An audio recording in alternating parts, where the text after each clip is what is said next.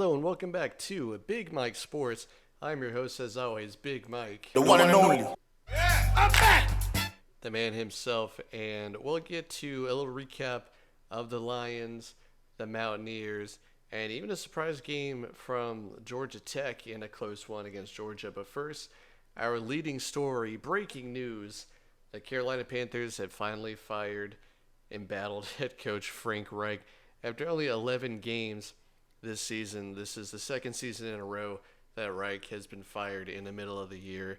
And Tepper has his scapegoat, one of the worst owners in sports at the moment now that Snyder's gone. Yeah, Tepper's not in a good spot right now. Of course, we all know that he loves to overreact to everything. I don't know if brash is the right word, but he's a guy who gets his mindset and he does it without really thinking about it, I guess. Just a real hair trigger on the guy. And, at the beginning of the year, during the offseason, this Frank Reich hire was a pretty safe hire, right? It wasn't a bad hire at all. Seemed like a guy who could come in and help the rookie quarterback along. He did it before with the Colts and everything like that. But in the same kind of situation as he was with the Colts, he was made the scapegoat once again and fired mid-season. Now, you can't put all the blame on Frank Reich. I mean, he put together a pretty good coaching staff that most people thought was, a pretty good collection of guys with Caldwell, Thomas Brown, Deuce Staley coming over from the Lions, who was a really good running back coach. Just a pretty good staff put together. They thought that they would be able to really develop some of the talent that they were able to get, some of the young talent, especially Bryce Young. But it's really just fallen completely through, and I think that most of the blame can be put on the general manager and the personnel decision making. This just was not a good roster from the get-go. The total abject lack of playmakers on offense it's just stunning, really. I mean, you had old man Thielen out there having to catch everything thrown to him, and that was the entire offense for a little while. Run game completely disappeared. Of course, it would help to still have Foreman, who was doing pretty well with the Bears, but just the fact that this team just completely fell off a cliff after kind of putting together a little run to end last season, despite all of the kind of controversy and adversity that they went through last season. Well, all that toughness and all that powering through is just completely gone with this team. This team does not have very much fight in it, especially on the offensive side of the ball, especially on the offensive line. In the trenches, one of the most important places to start with the offense. It's just a turnstile up front, and that's not good when you have a young rookie quarterback already undersized as he is. Not a good way to start your rookie quarterback's career. Just ask David Carr with the Texans. And then just the lack of playmakers on offense. The defense has been doing all right. It's been, the bright spot of this team, if you could really say that. Yeah, the offense, among the worst in the entire NFL in several key stats. Air yards per attempt, yards per play, total yards, scoring offense. I mean, when your offense is worse than the Steelers, I think you have a pretty big problem. And of course, the Steelers kind of turned it around a little bit after firing Canada. So maybe now that Thomas Brown will be hopefully calling plays for the rest of the season now that Reich is out of the picture, after Frank Reich kind of gave it to him to start and then I think took it back. But now, Frank Reich, he can't do anything to hurt the organization anymore. And maybe they'll try and open it up like I've been wanting them to, and kind of, doing what they can to put some points up on the board. I mean, the season's already lost anyway. You've already clinched this losing season for a while. You've had several in a row. So why not try and do something crazy? But yeah, with this firing, Tepper, I mean, he's definitely one of the worst owners in professional sports. I mean, the record shows it. I mean, it's a fact. They are, 30-63 since Tepper took over, which is, in fact, the worst record, worst winning percentage in American professional sports, I want to say. So having this firing happen midway through your first season as a coach, I mean, what coach is going to want to come and coach here? I mean, it's the entire organization is just quicksand, right? It's just a barn burner right now. I mean, I don't want to say dumpster fire. We did say earlier in the season that the Bears were a dumpster fire. I don't want to be that cruel to the Panthers as I would be to a division rival of the Lions like the Bears. But it's looking pretty bad, and it's going to be tough to get anybody new into the building, considering the way that the ownership has handled its coaches. I think this is what the sixth coach that they've had under this ownership's rule. Yeah, it's going to be tough to really attract anybody to come over and coach this team and really, get a good coaching staff going to develop some of the young players and even to get some free agents, I guess. Free agents are definitely going to think twice before they head over here. You already have some star players on this team like Burns and maybe Derek Brown who weren't exactly the happiest with how everything was going already. So attracting more players to come over not going to be very easy when you got disgruntled players on this team already. I think it said a lot when Bryce Young's parents showed up to the last game wearing all Alabama gear instead of Panthers gear. It really shows you how everybody feels about the Panthers right now. It's embarrassing. A lot of people are embarrassed to cheer for this team and have this ownership to deal with. They're not the first team in the NFL or in sports to have poor ownership, but it's just a really bad situation right now. It's going to be really difficult to get anybody in there, and plus with their draft capital, such as it is, it'll be pretty difficult to get young playmakers in there to help on the offense. You also have an offensive line that might need rebuilding. So if you have a bad offensive line and you don't have any playmakers, you're starting from scratch on offense. I mean, you got the number one overall pick quarterback, which is the man that Tepper wanted, Bryce Young, when everybody else on the staff was really wanting Stroud. So, it's a mess of Tepper's own making, and I don't know how he's going to right this ship, but he really makes Khan, the Jaguars owner, look really good in comparison. Now, of course, he hasn't dipped down to the level of Dan Snyder just yet. He'll need to commit a few crimes to get that mantle covered. But yeah, the record speaks for itself. The team's bad. It doesn't look like they're going to be able to get good anytime soon. With the right kind of GM and the right kind of alchemy going, I think it is possible to put together a pretty decent team next year that could compete. And it also depends on what kind of coach they get.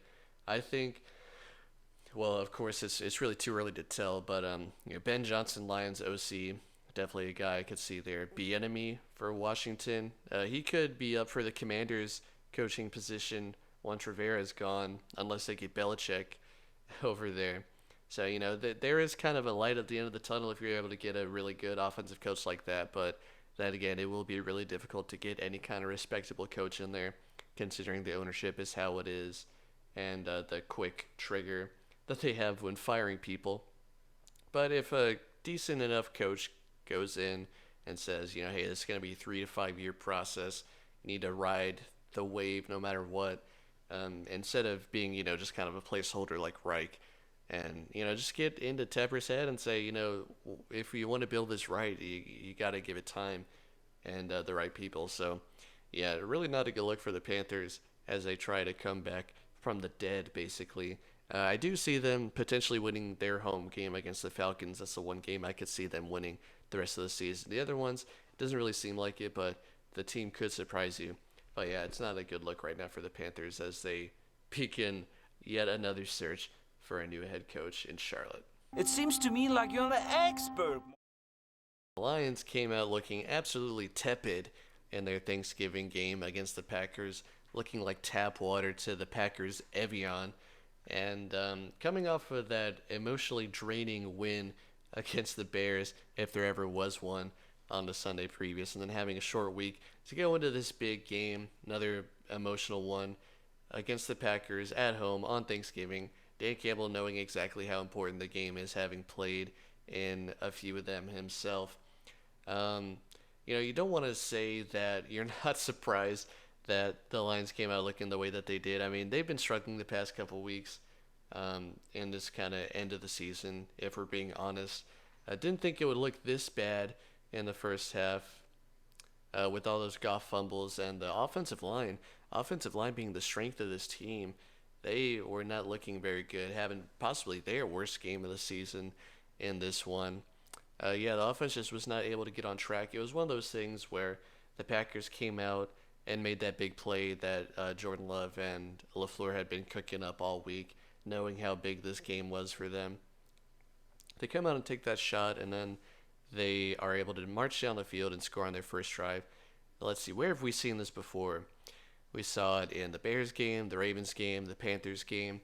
All pretty bad losses for the Lions, where the opponent set the tone early, scored the first touchdown, and then after that, the Lions were just playing catch up the entire game, and the offense just looking out of sorts, like, just not in rhythm, not really being able to string anything together, not really playing to their identity. When they play from behind like that after the opponent comes out and scores, you just have to stick with your game plan, and not divert from it and go just pass, pass, pass. Now, they did come out and run it a few times, but yeah, every time that Goff tried to pass it, just drop back and pass. Um, he had a lot of pressure in his face and was just not able to operate in the way that he wants to. You want to keep Goff as clean as you can. He can use his legs a little bit to extend plays if he has to, but if he has the ball for just a second or two and he's already needing to run with it and nobody's open, it's not going to look good. Goff not used to carrying the ball like that, and it showed in a couple fumbles that he was not used to carrying the ball like that, really holding the ball too far from his body. And then also just holding onto the ball a little too late and being late on his throws led to another fumble as well. So, yeah, just the whole offense not really being in sync. The offensive line obviously not blocking doesn't bode too well. But then also Goff, I guess maybe it took him a little while to settle into the game as well. I don't know if he felt extra pressure on himself or anything. But yeah, he just held the ball a little too long, especially at the beginning of the game. Now, later on in the game, he had no problem fitting it into the tighter windows as the Lions tried to mount a late comeback, which was just too little too late after going down 23-6 in the first half. And that was another thing, too. Once the Lions came down and scored their first touchdown, missing that extra point to make it 7-6 and trailing the entire game for the Lions, you just kind of knew it was going to be that kind of game. I mean, you didn't want it to be, but yeah, the whole offense was just out of sorts. The defense did not look very good in the first half, obviously. Jordan Love being able to pick them apart in the first half. Now, they did adjust in the second half, only giving up 6 points after having a short field after a Dan Campbell fake punt, which, it's just him trying too hard. Now, they went for it 5 times on fourth down. So they tried to pull out all the stops to try and win and get over those 3 turnovers off the 3 Goff fumbles. But, it was just kind of odd. They really, telegraphed that fake punt there. And, yeah, LaFleur went for it on 4 times a few times as well. So it was a pretty aggressive game on both sides, as both sides knew what the game meant and, trying to make a statement win here. If not for those 3 turnovers, I think the Lions definitely could have won this game. You switch out one of those turnovers for a touchdown, and it's a tie game, and you can go in overtime. Or if you don't fake the punt there in the situation that they did, and you get a stop, they don't score that touchdown. You shut them out in the second half, and you're able to win the game there. But you can't blame Campbell for trying to be aggressive in this situation. But you definitely have to choose your battles and not put too much pressure on your defense, that was struggling in the first half. But the Packers were kind of struggling to move the ball down the field in the second half. So, it's just kind of a game flow thing, I guess, that you're still working on here. Because, you can't blame the passion there. Definitely trying to do everything you can to win, but you also have to reel it in and not let emotion take over the moment as much. So, yeah, it's definitely not time to panic on the Lions here. Still plenty of season left to go. They'll have 10 days here to game plan for the Saints. That was another thing that Campbell said, that on the shorter weeks you don't necessarily have as much time, especially without any full-on practices to really implement anything too major besides just making different adjustments. So now that they'll have the 10 days to game plan for this Saints team, which did not look the greatest against the Falcons, which was a team that the Lions beat 20-6 earlier in the season.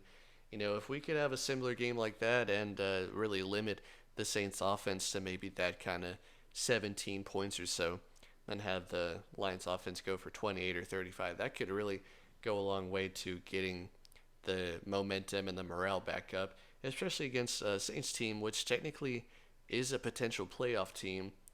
So yeah, it'll be another get right game for the Lions.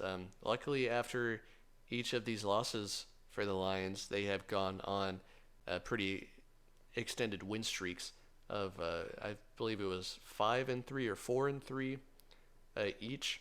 So yeah, looking to learn from another crazy loss and go on another winning streak and finish strong for the season. Every season will have its highs and its lows. This is another one of those lows. So we got to string together another little win streak, especially with the toughest part of the schedule coming up. With that game against the Cowboys, and then 2 games against the Vikings to end the season. The Vikings trying to make their own run for the divisional title, so those will be a couple really important games. Then of course they'll play the Bears again, and play the Broncos, another surging team. So yeah, a little interesting wrench thrown into the final part of the Lions season here. It'll be interesting to see how they play and how they react, and that will give us a clue as to whether they will be able to win that playoff game that's been eluding them for so long and potentially make that run deep into January. So yeah, really important part of the schedule coming up for the Lions. We'll see if they're able to bounce back. To this day! And here are the 2 big college football rivalry games that we were following on Saturday. The first one we want to talk about being the Appalachian State Mountaineers triumphing over a dreaded rival, Georgia Southern Eagles, in Boone in a pretty convincing 55-27 win. Now, the Eagles did go 14-3 in the first quarter, and it looked like another one of those games where Georgia Southern comes in and spoils App State's season that we've seen far too many times in Boone. But after that 14-3 run by the Georgia Southern team, App State went on a 38-3 run of their own, spanning 2 quarters, the second and the third, and it was just a runaway after that. Georgia Southern did have some garbage time touchdowns, including a pretty nice kickoff return for a touchdown. But yeah, after App State started setting the tone, it was really just a goner for Georgia Southern. Really good turnaround to App State's season, being capped off with this victory here, kind of a statement victory. It was tied for the largest of the season, the other one being another 28-point win against Georgia State just 2 weeks prior. So now, following that James Madison win over Coastal Carolina that we were looking forward to in a surprise, since we thought James Madison wasn't going to go to a bowl game, but since there were not enough bowl-eligible teams, they will still end up being able to go to that bowl game. So after playing Coastal on the road in what was going to be like their de facto bowl game, now they'll still be able to go and play a postseason game after all, but now without sending App State to the Sun Belt Championship to play Troy. Yeah, the App State team was 3-4 and trailing at halftime to 1-win Southern Miss at home, but then ever since making a fourth quarter comeback in that game, they have not lost since. So it'll be a tough matchup on the road against Troy, who is one of those teams that is kind of a new stalwart here in the Sun Belt. A team that App State has had some success recently against. I think it's 5 straight that they've won against Troy in App State. But yeah, tough one on the road against a good team. We'll see if the magic can continue for App State and they can get another Sun Belt championship. But this also bodes pretty well for next year, since they'll return most of their production from this season to hopefully make another run at the Sun Belt next year. And potentially, we'll see exactly how well they do. It would be nice to see them make another run for a New Year's Six Bowl, except this time maybe actually finish the job. So yeah, exciting times for App State here after struggling mightily earlier in the season. And then perhaps an even bigger surprise than the Mountaineers blowing out Georgia Southern was Georgia Tech kind of keeping it close against Georgia. Georgia Tech was able to force 2 turnovers early against Georgia and turn them into points. And Georgia pulled away a little bit there in the middle of the game as well, making it 31-13. But Georgia Tech scored the final 10 points of the game in the fourth quarter to make the score look a little closer than it perhaps actually was. But the important takeaway from this game is that Carson Beck did not look very good. And it's not going to be any easier in the SEC championship when you go up against Bama than it is against Georgia Tech in Atlanta. So it's definitely some concern there. They were able to, the Bulldogs were still able to rely on their run game, which looked really good as it usually does if they're firing on all cylinders as they want to.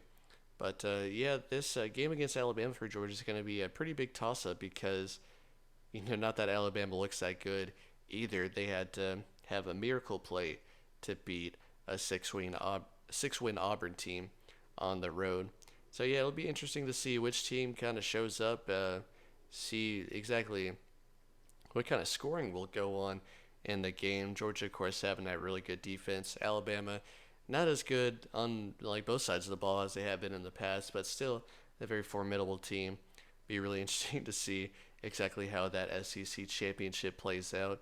You still want to pick Georgia as they'll be the favorite, and they have been for the past couple of seasons, but it could just be Alabama's year. We'll see how many more tricks they have up their sleeve.